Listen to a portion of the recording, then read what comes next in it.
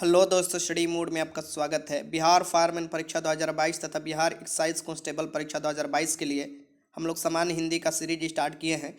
आज क्लास 6 में कारक देखने वाले हैं और इससे बनने वाले महत्वपूर्ण प्रश्न भी।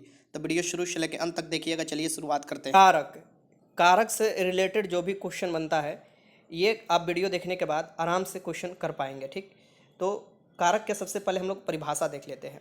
संज्ञा सर्वनाम पहले ही मैं आपको करा चुका हूँ। तो यहाँ पर देखिए, संज्ञा या सर्वनाम के जिस रूप से वाक्य के अन्य शब्दों के साथ संबंध सूचित हो उसे कारक कहते हैं। मीन्स कि संज्ञा सर्वनाम के किसी और वाक्य के साथ जब संबंध सूचित किया जाता है, मीन्स कि संबंध स्थापित करने के लिए ही कारक के चिन्ह का इस्तेमाल किया जाता है। ठीक, इसका अन्य परिभाषा यहाँ देख सकते हैं कि संज्ञा या सर्वनाम के आगे जब ने, को, से आदि विभक्तियाँ लगती है तब उनका रूप ही कारक कहलाता है। ठीक, ये अलग अलग जो विभक्ति लगती है मैं आपको आगे बताऊंगा कि कौन कौन विभक्ति है, कहाँ कहाँ पर लगता है।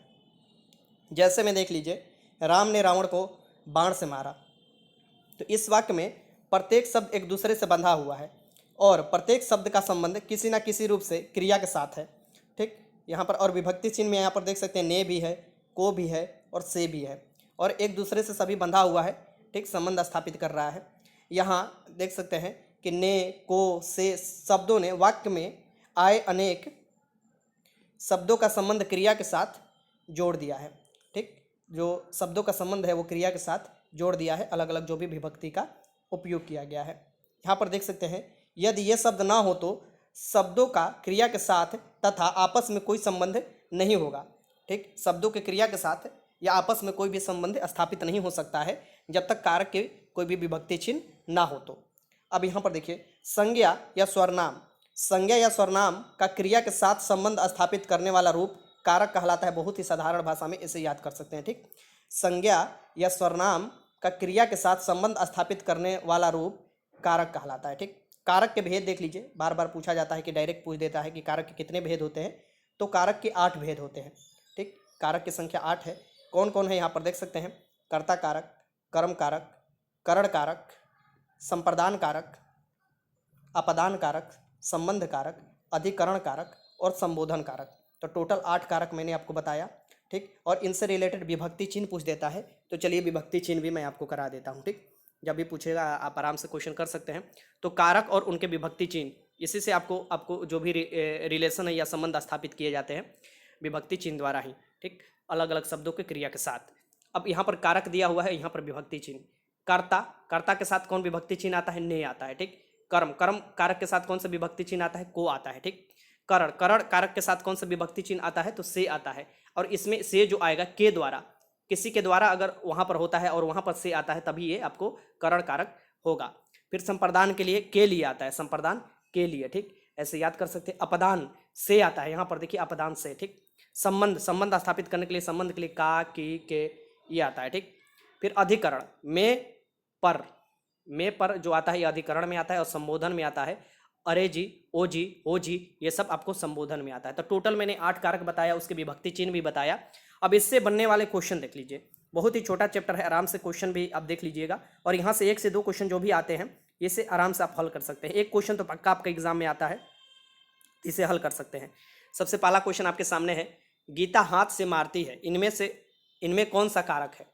गीता हाथ से मारती है, इनमें कौन सा कारक है, ये आपके सामने सभी ऑप्शन पहले देख लेना होगा तभी क्वेश्चन लगाना होगा। ठीक, तो गीता हाथ से मारती है, किससे मारती है, हाथ से मारती है। ठीक, तो इसमें करण कारक के साथ आपको से जब आएगा तो उसमें करण कारक हो जाता है। तो हाथ से मारती है, अपने हाथ से।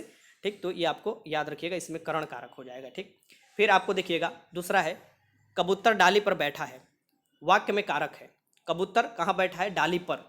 तो मे पे पर कब आता है, तो मे पे पर आता है अधिकरण में, अधिकरण कारक में मे पे पर आता है। ठीक, तो ये 2 के आंसर क्या हो जाएगा, यहाँ पर सी हो जाएगा, इसकी दूसरे के आंसर सी हो जाएगा। क्वेश्चन नंबर तीसरा देखिए, पेड़ से फल गिरा, वाक्य में प्रयुक्त कारक है। वाक्य में जो प्रयुक्त कारक है पेड़ से फल गिरा, मीन्स कि पेड़ से फल का बिलगाव हो रहा है। ठीक, क्या हो रहा है, बिलगाव हो रहा है। तो ये जो यहाँ पर जो से है ना, जहाँ बिलगाव की स्थिति आता है, यहाँ पर से वाला, यहाँ पर देखिएगा, यहाँ पर क्या हो जाएगा, तो बिलगाव की स्थिति में अपदान हो जाएगा, अपदान से। यहाँ पर कारण आपको से नहीं होगा, करण कारक जो होता है उससे आपको से नहीं स्थापित करना, क्योंकि वो के द्वारा होता है। ठीक, से के द्वारा। ठीक, यहाँ पर आपको अपदान होगा क्योंकि यहाँ पर बिलगाव हो रहा है। ठीक, पेड़ से आपको फल गिर रहा है, अलग हो रहा है। तो तीसरे के आंसर क्या हो जाएगा यहाँ पर? बी हो जाएगा। क्वेश्चन नंबर 4 देखिए, अमित चाकू से काटता है। अमित क्या करता है? चाकू से काटता है। किससे काटता है? चाकू से काटता है। इस वाक्य में कौन सा कारक है ये आपको बताना है, ठीक। तो अमित चाकू से काटता है, इसमें है करण कारक, क्योंकि चाकू के द्वारा, चाकू से मीन्स की चाकू के द्वारा काटता है ना, तो से जहां आएगा और के द्वारा वाला आपका रूप आएगा, ठीक, संबंध स्थापित करने के लिए, तो वहां पर आपको क्या हो जाएगा? करण कारक हो जाएगा, ठीक। तो चाकू से, तो यहां पर हो जाएगा करण कारक। का की के विभक्ति चिन्ह किस कारक का है? का की के विभक्ति जो चिन्ह है ये किस कारक का है, ये आपको बताना है। तो यह है संबंध कारक का। संबंध कारक करे का की के, ये विभक्ति चिन्ह होता है, ठीक। क्वेश्चन नंबर 6 देखिए, कारक कितने प्रकार के होते हैं? ये तो आसानी से आप लगा सकते हैं, अभी मैंने ऊपर बताया आपको कि कारक कितने प्रकार के होते हैं, और बहुत वीवीआई क्वेश्चन है, रिपीटेड क्वेश्चन बार बार आता है। तो कारक 8 प्रकार के होते हैं।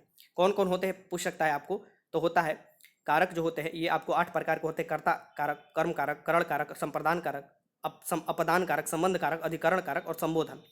इसे जल्दी से याद करने के लिए आपको याद ऐसे कर सकते हैं, कर्ता ने कर्म को करण से के द्वारा, यहाँ देख लीजिएगा कि के द्वारा, किसी के द्वारा वहाँ अगर इस्तेमाल होता है तभी से लगेगा। संप्रदान के लिए प्रदान से, संबंध का की के, अधिकरण में पर, संबोधन अरे जी, ओ जी, हो जी, ये याद रखिएगा, ऐसे आप शॉर्ट में याद रख सकते हैं।